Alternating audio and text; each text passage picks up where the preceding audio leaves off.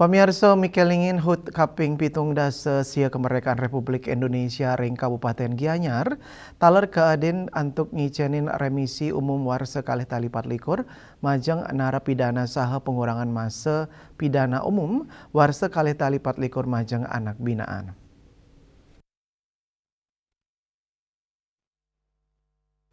Kepala Rutan Gianyar Agung Hascahyo Mausang kuentanan 1 kali likur diri narapidana Rutan kelas 2B Gianyar kausulang moliang remisi umum nanging SK sane tedun wenten 1 kali diri miwah SK sane durung medal wenten kali diri.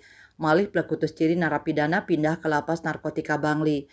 Klasifikasi perolehan SK remisi umum warsane mangkin sampun tedun nyayubin remisi umum 1, inggian remisi abulan 3 dasa diri, remisi kali bulan 3 bulan, remisi 3 bulan 17 diri, remisi 4 bulan putus diri, miwah remisi 5 bulan kali.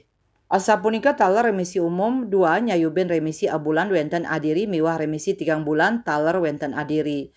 Agung Hascahyo ngawohin adiri WNA mepesengan ekor Mikev saking Rusia poleh remisi umum 1 selami 3 bulan. Wirnaya Balipos nguningayang.